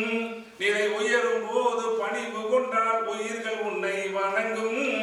உண்மை என்பது அன்பாகும், பெரும் பணிவு என்பது பண்பாகும். இந்த 4 கட்டளை அறிந்த மனதில் எல்லா நன்மையும் உண்டாகும். அந்த குரலை கேட்டு பயங்கரோட குரல் கேட்க ஆசைப்பட்டார். முடியல பார்த்தீங்களா? இது எப்படி சாமி வெற்றி பெற முடியும்? சாமி யோசிக்கிற சும்மா ஓடி பேசக்கூடாது சாமி. அங்க இருக்கிற உங்க இங்க ஒரு ஆள் சொல்லக்கூடாது. எம்எஸ் சுப்புலட்சி அம்மா ஒரே ஒரு படத்துல நடிச்சாங்க, அடுத்து வர முடிச்சாங்க. மண்வாசன பாண்டியன் எத்தனை படத்துல நடிச்சாரு, எவ்வளவு ஜெயிக்க முடியும்? யோசிச்சு பாருங்க. ராம்கி என்ன வந்தாரு யோசிச்சு பாருங்க. நடுவுகளே ஒண்ணும் இல்ல. நீங்க பழைய மதுரை மாவட்டத்தை எடுத்துக்கோங்க. மதுரை, தேனி, திண்டுக்கல், பக்கத்துல வடுகுப்பட்டி இருக்கு. நம்ம கவி பேரரசு வைரமுத்து ஒரு அருமையான மனிதர் 6 முறை தேசிய விருது ஆனாருங்க. சின்ன சின்ன ஆசை, சிறகடிக்க ஆசை, முத்து முத்து ஆசை, முடிஞ்சு வச்ச ஆசை, பெண்ணிலவை தொட்டு முத்தமிட ஆசை, என்னை இந்த பூமி சுற்றி வர ஆசை. அருமையான பாட்டு. பூக்குள் ஒளிந்திருக்கும் கனி கூட்டம் அதிசயம், வண்ணத்து பூச்சி உடம்பில் ஓவியங்கள் அதிசயம். அருமையா எழுதினாருங்க. ஆனா அவருடைய மகன் மதன் கார்கி அவர் மாதிரி ஒரு பெரிய கவிஞர் வர ஆசைப்பட்டார். முடியல சாமி, ஒத்துரும் சாமி. அவ்வளவு பெரிய திரைப்பட பாடலாசிரியர் வர முடியல சாமி. வெறும் ஒரு 4 கவிதை நூல்களோட முடிஞ்சு வச்சுல சைன் பண்ண முடியல. அதான் நாங்க வருத்தப்படுறோம். எங்க மதுரைக்கான கொடி கட்டி பறக்கணும் பார்க்க முடியலையே. இயக்குனருமே பாரதிராஜா சொல்றான், முதல் முறை அதை எடுத்தார். எங்க நடுவருக்குல வயசானா கூட காதல் வரும்னு அந்த பாட்டா சொல்லுச்சு. பூங்காற்று திரும்புமா ஏன் பாட்ட விரும்புமா. கேட்க அருமையா இருந்துச்சு. அவங்களுக்கு ராதா மாதிரி ஒண்ணு இல்ல. அவ்வளவுதான் சொல்ற இயக்குனர் பாரதிராஜா. அவர் மகன் வந்தாரு மனோஜ். என்னையா சைன் பண்ணாரு? சைன் பண்ணல பாவம். ஒரு அமரரா வேற.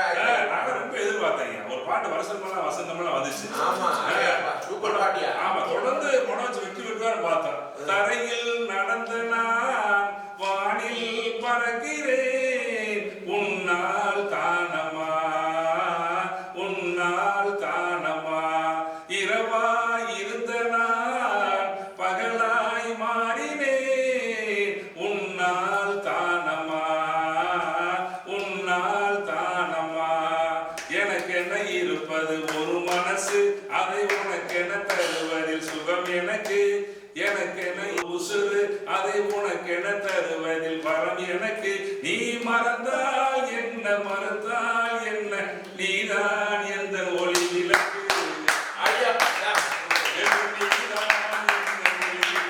ரொம்ப எதிர்பார்த்தேன். பல படங்களை வந்துருவாரு. நம்ம மதுரை விடுவார். கடைசியா பொசுக்குன்னு போயிட்டாருங்க. ஆமா, ஒரு விஷயம் சாதனை பண்ணிக்கிற மனுஷன் ஓடிக்கிட்டே இருக்கிறீங்க. ஒரு கடிகாரத்தை பார்த்து மனுஷன் கேட்டேன், கடிகாரமே நீ நாள் முழுவதும் ஓடிக்கிட்டே இருக்கு, உனக்கு சலிப்பே வரலையா? கடிகாரம் சொல்லிச்சு மனுஷனை பார்த்து, நான் ஓடணும் நீ என்ன செய்வ? மனுஷன் சொன்னா அவனை தூக்கி எரிஞ்சிருவேன். கடிகாரம் சொல்லிச்சு, நான் ஓடலாம் நீ நீ தூக்கி எரிஞ்சிருவேன், என் மனசுல நீ ஓடலைன்னா இந்த உலகம் உன்னை தூக்கி எரிஞ்சிருந்துச்சு. அந்த மாதிரிதான் மதுரைக்காரன் தொடர்ந்து ஓடல. என் குற்றச்சாட்டு சாமி நீங்க தயவுசெய்து வச்சுக்கோங்க. மதுரைக்காரனுடைய முயற்சியும் கம்மி, கலையோட ஜெயிக்க வேண்டிய எப்ப தவறான பாதையில போய் தன்னைத்தானே பாரதிராஜானாலும் சரி, வைரமுத்துனாலும் சரி, நம்ம பாலான்னு ஒருத்தர் வந்தார், தேனி பாலம். என்ன சைன் பண்ணாரு யோசிப்பாரு? எத்தனை படங்களை சைன் பண்ணாரு? ஒன்றும் கிடையாதுங்க. பெரிய பெரிய டைரக்டர் வர வேண்டியவங்களா தவறான பாதையில போய் தன்னைத்தானே தொலைத்து கொண்டார்கள். நடுவரை அவனு சொன்னார், இன்னைக்கு முதல்ல சுனாமி காலத்தில் நடிகர் சங்கம் இருக்கு, அது தோற்றுவிச்சவர் 1924 மதுரை பாஸ்கரதாஸ், 1931 காளிதாசன் பேசு படத்துக்குள்ள பாட்டு எழுதுறாரு. அப்படி எத்தனை படத்துல எப்படி தொடர்ந்து வந்தார்? வர முடியல. பெரிய பெரிய கொடியேற்ற வேண்டிய ஆள் பூரா இன்னைக்கு சாதிக்க முடியல சொன்னா, திரைப்படத்துறையிலே கலையுலகிலே மதுரைக்காரர்கள் வெற்றி பெறவில்லை, தோற்றார்கள் என்ற என்னுடைய வாதத்தை நிறைவு செய்து நன்றி. அதுல எனக்கு ரொம்ப பிடித்திருந்த ஒண்ணு, திருநாவுக்கரசு பிரமாதமா பேசி தண்ணதுல ஒண்ணு சொன்னார் பாருங்க, பழக்க வழக்கங்கள்னு. நீங்க கலை உலகத்தினுடைய ஒரு கட்டத்துக்கு நீங்க போக தொடங்கிட்டீங்கன்னா, அந்த இடத்துல நீங்க சில சமயங்கள்ல சோசியல் ட்ரிங்கிங் அப்படின்னு ஆரம்பிச்சு எங்கெங்கேயோ போய் அது எங்கெங்கேயோ டி.என். ராஜரத்னம் பிள்ளை நிறைய மது பழக்கத்துக்கு அடிமையாச்சாருன்னு வருத்தப்பட்டு காரைக்குறிச்சி அருணாச்சலம் அவரை காப்பாற்றுவதற்காக அவருடைய சீடர் மாதிரி இருந்தார். அவர் அவ்வளவு தூரம் கஷ்டப்பட்டு அவரை தன்னுடைய குருநாதரை மது பழக்கத்திலிருந்து மீட்பதற்காக போராடினார். பின்னால அவரே அதை மது பழக்கத்துக்கு அப்படி பழக்க வழக்கங்களுக்கு அடிமையாகி கொண்ட லட்சியத்தை கொண்ட கொள்கையை நோக்கிய பயணத்தை இடையில் தொலைத்தவர்கள் மதுரைக்காரர்கள். ஆழமான அதனால அந்த குற்றச்சாட்டுக்கெல்லாம் சேர்த்து மதுரைக்காரர்கள் வென்றார்கள் என்கிற பதில சொல்வதற்கு நம்முடைய அன்பு மகள் மணமாலிகா, வனங்களே ரொம்ப அபூர்வம், அதுல மாலைகளாக கொடுத்த வனங்களாக இருக்கிற வனமாலிகா வரப்போறாங்க. அவங்க பேச இப்போது அவர்களை அன்பு பாராட்டி அடைந்தார். அனைவருக்கும் வணக்கம். இது என்னுடைய முதல் மேடை. இதுல இன்னும் முக்கியமான சிறப்பான விஷயம் என்ன அப்படின்னா, எங்க அப்பாவோட முதலா அவர் வானொலி நிலையத்துல போய் பேசினப்போ அதை ஒளிப்பதிவு செய்தது ஞானசம்பந்தன் ஐயா. இப்போ இது என்னுடைய முதல் மேடை. இதுக்கும் ஒரு நல்ல தொடக்கமா இருக்க போறாரு அப்படின்றப்போ எனக்கு ரொம்பவே நெகிழ்ச்சியான தருணமா இருக்கு. ஒரு சில குறைகள் இருந்தாலும் அதை முறைப்படுத்தி அடுத்த தடவை நான் கண்டிப்பா திருத்திப்பேன் ஐயா. இப்போ இன்னைக்கான தலைப்பு என்ன அப்படின்னா, திரையுலகில மதுரைக்காரர்கள் வென்றார்களா தோற்றார்களா அப்படின்றத தலைப்பு. வென்றார்கள் அப்படின்ற தலைப்புல ஆணித்தரமா வேணுன்றதற்காக என்னுடைய அணியில இருந்து பேசின ஐயா அவர்களுக்கு என்னுடைய முதன்கண் வணக்கங்கள். தோற்றார்கள் என்று தோற்பதற்காகவே பேச உள்ள எனது எதிரணியாளர்களுக்கு என்னுடைய அன்பான வணக்கங்கள். இங்கு கூடியிருக்கும் அனைவருக்கும் என்னுடைய அன்பான வணக்கங்கள். ஆதி காலத்துல காட்டுல வாழக்கூடிய மனுஷங்க எல்லாம் மிருகங்கள்ட்ட இருந்து தன்னை பாதுகாத்துக்கணும் அப்படின்றதுக்காக சப்தங்களை எழுப்புவாங்க. இந்த சப்தங்கள் எல்லாமே தாளங்களா மாறிச்சு. இந்த தாளங்கள் போக போக கலைகளா மாறிச்சு. இது காலப்போக்குல இந்த பெரிய கலாச்சாரமாவும் பண்பாடாகவும் அது வளர்ந்து வந்தது. நம்ம இந்த உலகத்திலேயே பல இடங்கள்ல இந்த கலையும் கலாச்சாரமும் வளர்ந்தாலும் ஆயிரக்கணக்கான வருஷங்களா அதோட பழமை நலம் மாறாம உயிர் போட வச்சிருக்கிற ஒரே மண் உலகத்திலேயே மதுரை மண். இந்த மதுரை மண்ணில் இருக்கக்கூடிய அனைவருக்கும் தன்னுடைய நாடி நரம்பு ரத்த நாளங்கள் எல்லா இடத்துலயுமே இந்த கலை உணர்வு எப்பயுமே ஊறிக்கொண்டேதான் இருக்கும். இதுல நடுவில் ஒரு யூடியூப்ல ஒரு சேனல்ல ஒரு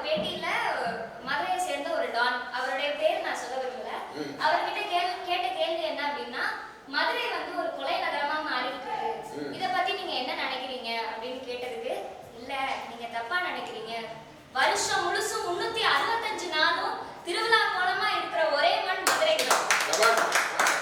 அதனால அது வந்து கொலை நகரம் அல்ல, கலை நகரம் அப்படின்னு சொன்னாரு. இதுல வந்து இன்னொரு விஷயமும் குறிப்பிட்டிருந்தாரு. என்ன அப்படின்னா, மதுரையை சுத்தி வந்த கழுதை வேற எங்கேயும் போகாது அப்படின்ற ஒரு சொல்லாடல் இருக்கு. இதுக்கு ஏன் அந்த பேர் வந்து, இது ஏன் இந்த சொல்லாடல் வந்தது அப்படின்னா, முன்னாடி மதுரையில ஒரு 80-85 திரையரங்குகள் இருக்கும்.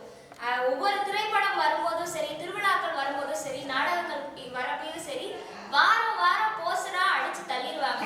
இந்த போஸ்டர் எல்லாத்தையும் சாப்பிட்டு தன்னோட பசியை வந்து போக்கிக்கிறதுக்காகவே எல்லா கடையும் சாப்பிடுவாங்க. மதுரை கழுதைக்கு இப்படி ஒரு வரலாறு இருக்குங்கிறத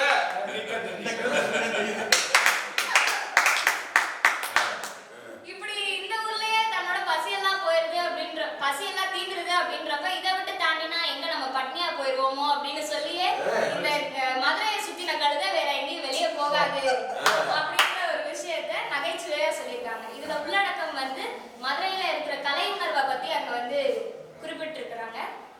இன்னொரு ஒரு விஷயம் என்ன அப்படின்னா, ஒவ்வொரு ஊருக்கும் வந்து நம்ம பஸ்ல பயணம் செஞ்சு போறப்போ இந்த ஊரை நெருங்கிட்டோம் அப்படின்ற ஒரு சில அடையாளம்லாம் இருக்கும் இல்லையா? அப்படி பாக்குறப்போ இப்போ வந்து தஞ்சாவூர் அந்த மாதிரி இது பண்ணிட்டோம்னா, வயல் இந்த மாதிரி கோயில் இந்த மாதிரி எல்லாம் நெருங்கிட்டோம்னா சரி தஞ்சாவூர் வந்துட்டோம் அப்படின்ற மாதிரி இருக்கும். இதே இது பஞ்சு இருக்கிற இடம் இல்ல வந்து பஞ்சோட ஃபேக்டரி அந்த மாதிரிலாம் வந்துட்டோம் அப்படின்னா கோயம்புத்தூர், திருப்பூர் அந்த மாதிரி நெருங்கிட்டோம்னு இருக்கும். இப்போ இதே இது வெடி மருந்து வாசனை வந்துருச்சு, சிவகாசி வந்துட்டோம் அப்படின்றது அர்த்தம். இதே இது மதுரை வந்துட்டோம்னா வைக்கிறேன், அப்படியே காட்டுல இசை வந்து காதுகளை அப்படியே பண்ணிருக்கேன். மதுரையை நெருங்கிட்டாலே இந்த ஒரு பாட்டு ஓடும். தாய்மா மெசீர் சுமந்து வாராண்டி, தங்க கொலுசு கொண்டு வாராண்டி. ரைட், ஓகே, இங்க நம்ம காதலத்து ஃபங்க்ஷன் அப்படின்ற மாதிரி. இன்னும் கொஞ்ச தூரம் போனோம்னா, மணமகளே மணமகளே வாராய், உன் வலது காலை எடுத்து வைத்து வாராய். அப்போ சரி இங்க என்னமோ கல்யாணம் நடக்குது போல அப்படின்ற மாதிரி ஆயிடும். இன்னும் கொஞ்சம் தூரம் போனோம் அப்படின்னா, வீடு வரை உறவு,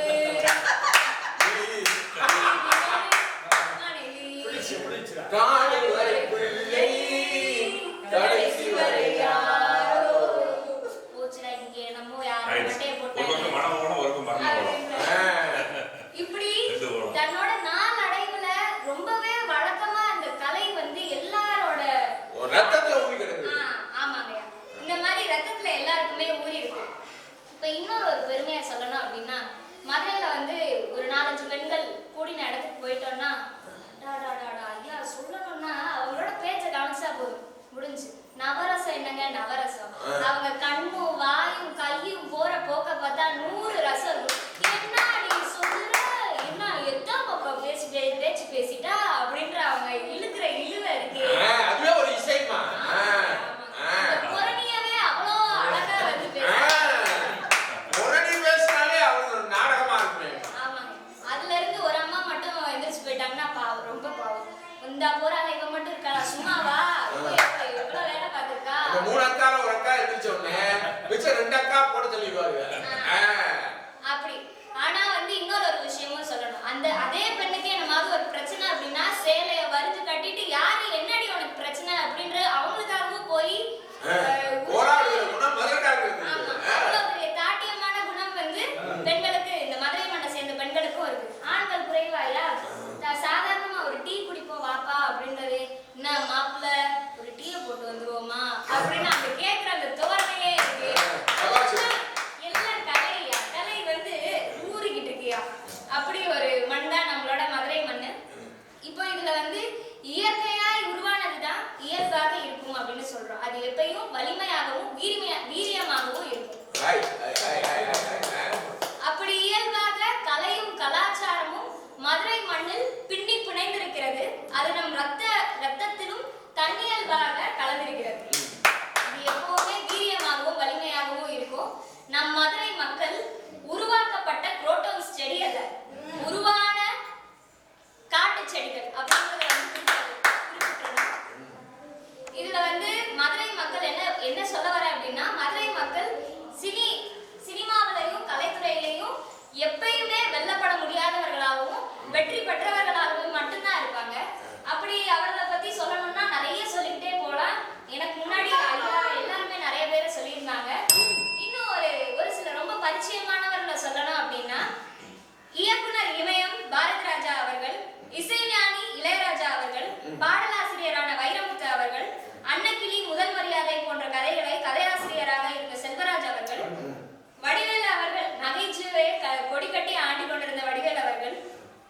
இருந்த பின்னும் இரவ புரட்சி தலைவராக இருக்கும் விஜயகாந்த் அவர்களும் ஒரு பெரிய பங்கவே வந்து இது பண்ணியிருக்காங்க. இந்த திரை உலகத்துல அவங்க உண்டாக்கின தாக்கம் இப்ப வரைக்குமே இருக்கு. ஐயா சொல்லியிருந்தாரு, ஒரு குறிப்பிட்ட காலத்துக்கு மட்டும்தான் அவங்க வந்து கொடி கட்டி பறந்தாங்க, இன்னும் ஆசைப்பட்டு அவங்க இருப்பாங்க அப்படின்னு அப்படிலாம் சொல்லியிருந்தாரு. ஆனா ஐயா நிஜமாலே எவ்வளவு காலமாக இருந்தாலுமே வந்து சிறந்த படைப்பு எப்பயுமே போற்றப்பட்டுட்டே தான் இருக்கும். ஐயா இந்த ஒரு பாட்டு பாடுவீங்களே ஐயா, இவர் பாரதி ராஜா எனக்கு என்ன இருந்தது ஒரு மனசு, அந்த பாட்டு இன்னைக்கு இன்ஸ்டாகிராம்ல எத்தனை பேரோட நோட்ஸா இருக்கு தெரியுமா? இன்னும் நிறைய இளையராஜா அவர்களோட படைப்புல எத்தனை புது புது ட்ரெண்டிங்கான புது முகங்கள் வந்தாலுமே பழைய சிறந்த படைப்புகள் என்னைக்குமே மறக்கப்படுறது இல்லை. அது வந்து குறிப்பிடத்தக்க விஷயம் ஐயா. அடுத்து வந்து பார்த்தோம்னா வெற்றிமாறன் அவர்கள் வந்து மதுரையை சேர்ந்தவர் இல்ல அப்படின்னாலுமே மதுரை களத்தை வச்சு படம் எடுத்தவர். அந்த ஆடுகளம் அப்படின்ற படத்துலதான் அவருக்கு வந்து ஒரு பெரிய அங்கீகாரமே கிடைச்சது. அது மதுரையை மையமா கொண்ட ஒரு கதை தான் ஐயா. அடுத்து வந்து இந்த சேனை தண்ணீர் அப்படின்னு வந்து சொல்லுவாங்க. சேனை தண்ணீரை ஒரு குழந்தை இந்த மண்ணுல வர்றப்போ அந்த சேனை தண்ணீரை கொடுத்து அந்த குழந்தைய வந்து வரவேற்பாங்க. இந்த மதுரை மண்ணுல அந்த சேனை தண்ணீரை கொடுக்குறப்ப பாட்டு பாடிட்டே வந்து ஊட்டுவாங்க. இப்ப அவங்க சேனை தண்ணீரை மட்டும் ஊட்டலையா, கலையும் சேர்த்து அவங்க ஊட்டுவாங்க. வந்து இயக்குனர்கள், நடிகர்கள் எல்லாருமே வந்து அவங்களோட வீரியத்தை குறைக்காம அவங்க இன்னும் ஓடிட்டே தான் இருக்கிறாங்க. ஏன் அப்படின்னா ஐயா சொல்லியிருந்தாரு, ஒரு படம் வந்து சக்சஸ் ஆச்சா இல்லையா அப்படின்றத தீர்மானிக்கிறதே மதுரை மண்ணுல வந்து ஒரு பெரிய பங்கு இருக்கு. மதுரை அந்த படம் நல்லதா இருக்கும் அப்படின்ற ஒரு விஷயம் வருது அப்படின்னாலே மதுரையோட பங்கு திரையுலகில எவ்வளவு பெருசா இருக்கு அப்படின்றதே இதுல தெரிஞ்சிருக்கும் ஐயா.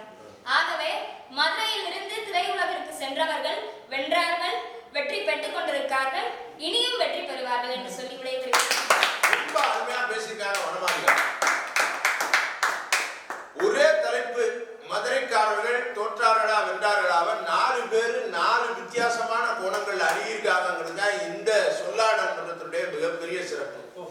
இளமசாமி மதுரையில இருந்து சென்னைக்கு சென்று வெற்றி பெற்ற முயன்ற கலைஞர்களுக்கு சொன்னா, மதுரையே ஒரு கலைநகரம், தலைநகரம், பண்பாட்டின் தலைநகரம் அப்படின்னு எல்லாம் சொல்லி ரொம்ப சிறப்பா வனமாளிகா பேசியிருக்காங்க. பாராட்டுகள். அவங்களே வந்து நாங்களே ஜெயிச்ச குடும்பம்டா அப்படின்னு ஒரு சவாலை விட்டுட்டு போயிருக்காங்க. மதுரையில இருந்து நிறைய பேர் வந்திருக்கிறாங்க. அதுல திரைப்படங்கள் விடுதலைக்கு பின்னர் வெளிவந்த திரைப்படங்கள்ல ஒரு மிகப்பெரிய ஆளுமை SSR.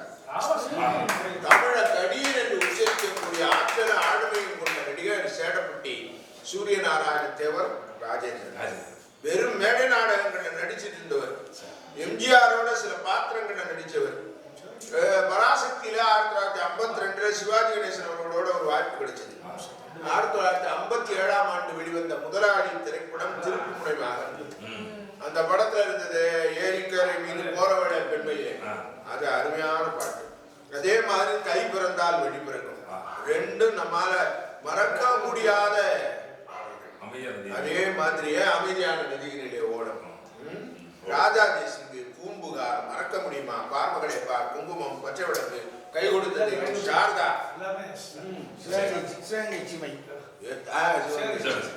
எத்தனை படங்கள், வீரபாண்டிய கட்டபொம்மன், இப்படி சொல்லிக்கிட்டே போலாம். அதனால SSR திரையுலகத்தில் வென்றவர்கள் அங்க மாத்திரம் ஜெயிக்கிறவரு, பொது வாழ்க்கையிலே ஜெயிச்சார். அவருக்கு சில வாய்ப்புகள் கிடைச்ச போது அந்த வாய்ப்புகளை வந்து பயன்படுத்தி கொண்டார், வெற்றி பெற்றார்.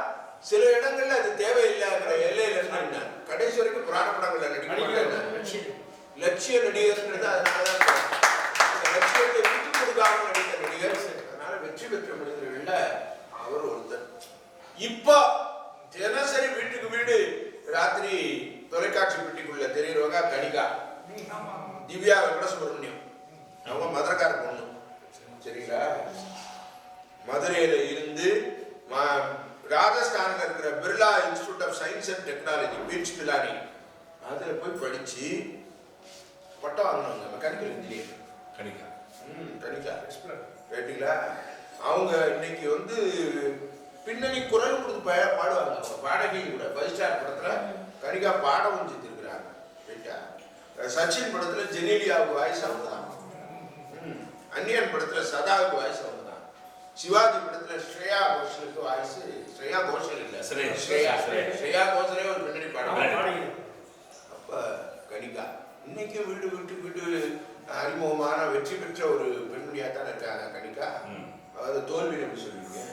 நம்ம தலைவர் விஜயகாந்த் விருதுநகர் மாவட்டம் அருப்புக்கோட்டையில இருந்து ராமானுஜபுரம் ஊரு. ஆனா அவர் இருந்தது பூரா நம்ம மேலமாச்சி வெட்டி. சரிங்களா? அவங்க அப்பா பேர்ல தான் அந்த தெருக்கு பேரே அப்படித்தான். அவர் அப்படி இருந்தவர். அவர் இவ்வளவு கொடியேற்றி பிறந்து ஒரு அரசியல் இயக்கத்தை உருவாக்கி இன்றைக்கும் காலத்தில் அழியாத தலைவராக மக்களால் அடையாளம் தரப்படுகிறவராக இருக்கிறாங்க. அப்புறம் கருப்பு எம்ஜிஆர். கருப்பு எம்ஜிஆர் அவர்னா கருப்பு நாகேஷ் வடிவேல்.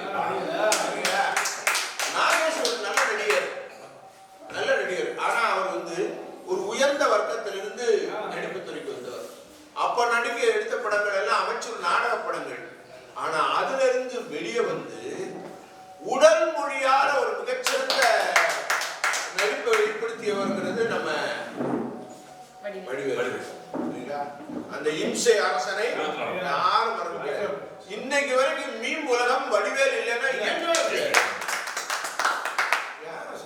அப்படி ஒரு மிகச்சிறந்த ஒரு வெற்றி அவர். அதே மாதிரி விவேக் கல்லூரி காலத்துல என்னுடைய நண்பர். அவரு நானெல்லாம் ஒரே காலத்துல மேடைகளில் பேச்சு போட்டிகளில் பேசியிருந்தோம். விவேகானந்தன் அவர் இயற்பெயர் அமெரிக்கன் கல்லூரியில் படிச்சார். அப்ப பாத்தீங்கன்னா அவர் நடிகராவதற்குரிய உருவமைப்பே அவரு கிடையாது. ஒன்றுக்கு சானா இருப்பார். ஆனா பாத்தீங்கன்னா திடீர்னு சென்னைக்கு போனாரு. என்னோட இன்னொரு நண்பர் தான் சொன்னாரு, நம்ம விவேகானந்தன் இப்ப சினிமாவில் நடிக்கிறாரு தெரியுமான்னாரு. என்னது சொல்றீங்க அப்படின்னு. இப்பதான் மனதில் உறுதி வேண்டும் ஒரு படத்துல விவேகானந்தன் நடிக்கிறாரு. விவேக்னு இப்ப பேரை சுருக்கியிருக்காரு. அப்புறம் இடையில வந்து ஒரு பண்ணார் தலைமைச் செயலகத்தில் கொஞ்ச நாள் வேலை பார்த்தாரு. எங்க வானொலி குடும்பத்துக்கே மருமகனா வாய்க்க வேண்டியவர் சார். ஆனா எப்படியோ போய் அவர் இன்னைக்கு ஒரு புகழ்பெற்ற நடிகராக இருந்தார். நிறைய சமுதாய சிந்தனைகள் மேடை கலைவாணர் சொன்ன மாதிரி அவர் வந்து ஒரு சின்ன கலைவாணராக இருந்து ரொம்ப செய்திருக்கிறார். இது ஒரு பக்கம் இருக்கட்டும். எழுத்து துறையில சோலைமலை பீம் சிங், எம்.எஸ். விஸ்வநாதன் இவர்களோட சேர்ந்து சோலைமலை புத்தா பிக்சர்ஸ் பட கம்பெனியை தொடங்கி பதிபக்தி அன்னைக்கு தொடங்குது. பகர வரிசை படங்கள் அத்தனை பாக பிரிவினை சோலைமலை எழுந்து வருது சார். சரிங்களா? பாவ மன்னிப்பு சோலைமலையினுடைய வெற்றிங்களா? அந்த சோலைமலை அவர்களுடைய மகன் என் கூட பணியாற்றியவர் கோபால் அவர்கள். அவரு எம்.எஸ். சோலைமலை தமிழ் திரைப்பட உலகில கொடிகட்டி பறந்தவர். பீம் சிங்கினுடைய பெரும்பாலான படங்களுக்கு திரைக்கதை எழுதினவர். என்னுடைய தாத்தா ஒரு மிகப்பெரிய ஆளுமை அப்படின்னு பதிவு பண்ணியிருக்கிற ஒரு ஓவியர் டிராட்ஸ்கி சோலைமலை பற்றி. சரிங்களா? இன்னொரு கதாசிரியர் உங்களுக்கு எல்லாம் தெரியுமோ தெரியாது, பாலமுருகன் ஒருத்தர். போடி ஜமீன்தாரோட கார் டிரைவர் வேலுத்தேவருக்கு காளியம்மாளுக்கு மகனாக பிறந்த சுந்தரபாண்டியன். அவரை பார்க்க அவரே அவ்வளவு அழகா இருப்பாராம். அதனால அவரை கொண்டு போய் சினிமாவில் நடிக்கிறதுக்காக முயற்சி பண்ணாங்க. ஆனா அவர் மிகப்பெரிய எழுத்தாளராக மாறினார். தேவன் பிலிம்ஸோட துணைவன், மாணவன், முகூர்த்தனார், டீச்சரம்மா, மகனே நீ வாழ்க, நிலவே சாட்சி, சிவாஜி நடிச்ச எந்த ஊர் ராஜா, ராமன் எத்தனை ராமனடி. கேட்டீங்களா? இவர் எழுதின ஒரு ஹிந்திக்கு எழுதினது சோங்காடு அப்படின்னு. அந்த கதை தெலுங்குல 10 முறை வெற்றி பெற்று 10 கதையோட சினிமா ஆச்சு. சரிங்களா? அப்ப அந்த சோங்காடு படத்தை பத்தி சொல்லும் போது அந்த வெற்றி விழாவில் சொல்றாரு பாலமுருகன், இது மட்டும் தமிழ்ல திரைப்படம் ஆச்சுன்னா எவ்வளவு நாள் ஓடும் தெரியுமா? உடனே தமிழ்ல எடுத்தாங்க. அதுதான் வசந்த மாளிகை. சிவாஜி படம். அந்த பாலமுருகனுடைய மருமக என் கூட பணியாற்றியவர். இடையில நம்ம சங்கம் அதனால ஒண்ணு இல்ல. அவர் இளங்கோ குமணன் சென்னை வானொலி நிலையத்தினுடைய மூத்த அறிவிப்பாளராக இருந்து அதுக்கு பிறகு ஒரு திரைத்துறை கலைத்துறையில எல்லாம் அவர் ஒரு படம் நடிச்சிட்டார். ரைட்டுங்களா? பொன்னியின் செல்வன் நாடகமாக்குவதில் அவருடைய தம்பி தான் பெரும்பங்கு வகித்தவர். அப்புறம் ராஜபாட் ரங்கத்துறை, அது சிவாஜி கணேசன் கேட்டு பாலமுருகன் எழுதி கொடுத்த கதை. அண்ணாதுரை அவர்கள் முதல்வரானவன லாட்டரி சீட்டை அறிமுகப்படுத்தணும்னு அதை வச்சு எழுதின கதை கண்ணே பாப்பா. ரைட்டுங்களா?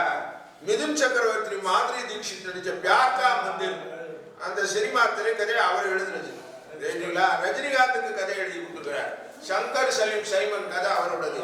என் கேள்விக்கு என்ன பதில் அவரோடது. இவ்வளவையும் நான் சொல்றேன். நீங்க மேடையில் இருக்கிற 4 பேருக்கு இது புதுசா இருக்கு. அங்க வெற்றியா தோல்வியா சரிங்களா? கடைசியில அவரும் சொந்த படம் எடுக்கிறேன்னு எடுத்தார். சரிங்களா? ஒரு நல்ல மனுஷன் திரைத்துறையில விளங்கும்னா ஜெயகணேச கதாநாயகனை வச்சு மகராசி வாழ்க்கணும். சரிங்களா? அங்க சிக்கலாய் எனக்கு மதுரையில இருந்து போனவர்கள் எல்லாரும் நல்ல பல இடங்கள்ல வெற்றி பெற்று இருக்கிறார்கள். நீங்க 1000 பேர் ஓட துணுங்குறோம். அதுல 100 பேர் வந்து ஒரு ஓட்டப்பந்தயத்தை மாரத்தான் ஓட்டப்பந்தயத்தை ஓடி முடிப்பார்கள். ஆனா வெற்றி பெறுகிறவர்கள் என்னமோ 1 2 3 பரிசு தான் கொடுப்பாங்க. ஆனா 299வது ஆள் அவனுக்கு அங்கீகாரம் இருக்காது. அவன் ஓடி முடிச்சா பாருங்க, அந்த பந்தயத்தில் கலந்து கொண்டா பாருங்க, அதுவே ஒரு மகத்தான வெற்றி தான். நான் இந்த அருமையான பட்டிமன்றத்துக்கு ஒரே ஒரு தீர்ப்பு தான் வச்சிருக்கேன். என்ன தீர்ப்புனா, மதுரைக்காரர்கள் திரைத்துறையில் வெற்றி பெற்றார்களா தோற்றார்களா? ஒரு வரி ஃப்ரெட்ரிக் ஏங்கல்ஸ் சொல்வார், ஒரு நாகரீகம் தோல்வி அடையலாம், ஒரு குழு தோல்வி அடையலாம், ஒரு குழு தோல்வி அடையலாம், இன்னொரு குழுவிடம் தோல்வியை அடைந்திருக்கலாம். ஆனால் தோல்வி அடைந்த குழுவினுடைய நாகரீகம் மேம்பட்டதாக இருந்தால் வென்றவர்களையும் அது வெற்றி கொள்ளும். அதனால மதுரைக்காரர்கள் தனி நபர்களாக அங்கொன்றும் இங்கொன்றுமாக வெற்றி பெற்று பெரும்பான்மை தோல்வி அடைந்திருக்கலாம். ஆனால் மதுரை மண்ணுக்கே உரிய மொழியும், மதுரை மண்ணுக்கே உரிய கலை பண்புகளும், பாச படைப்புகளும், மொத்த தமிழ் சினிமாவையும் வெற்றி கொண்டிருக்கிற நாகரீகம் என்பதனால் திரைத்துறையில் மதுரைக்காரர்கள்